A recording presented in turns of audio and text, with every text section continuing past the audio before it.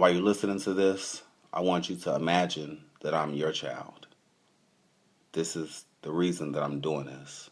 This is my mission, which is to stop abuse in any type of form. I'm not here today to deliver the typical speech on HIV/AIDS, full of statistics that you can get on the Centers Disease Control website. I'm not here today to deliver a speech that will make you feel sorry for me either. I'm really not here to necessarily talk about my books, Eyes Without a Face, nor how it all happened. Yes, my books are an important part of this conversation, but my physical presence here today is the bigger part of my book.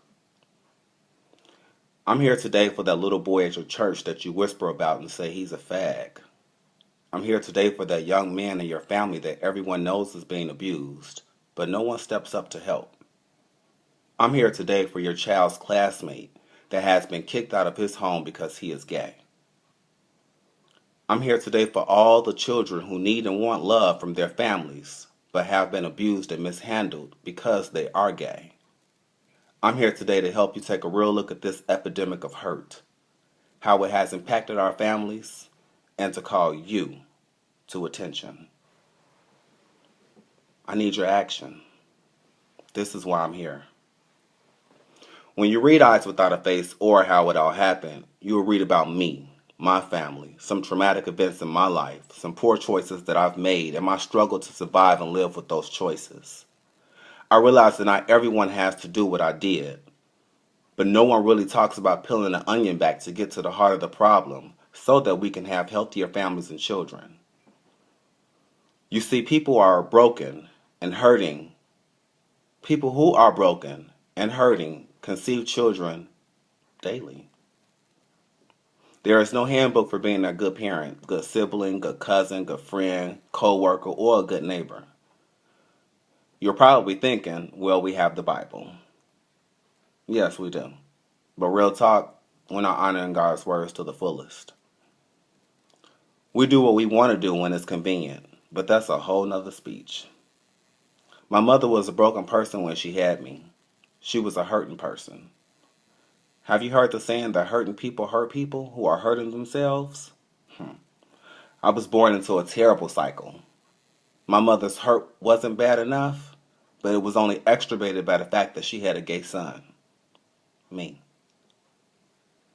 Now I'm going to stop right here for a moment and let you know that I love my mother very much, with all my heart. I love my mother in spite of her cruel treatments and the fact that she has not spoken to me till this very day. I love my mother. I have forgiven my mother.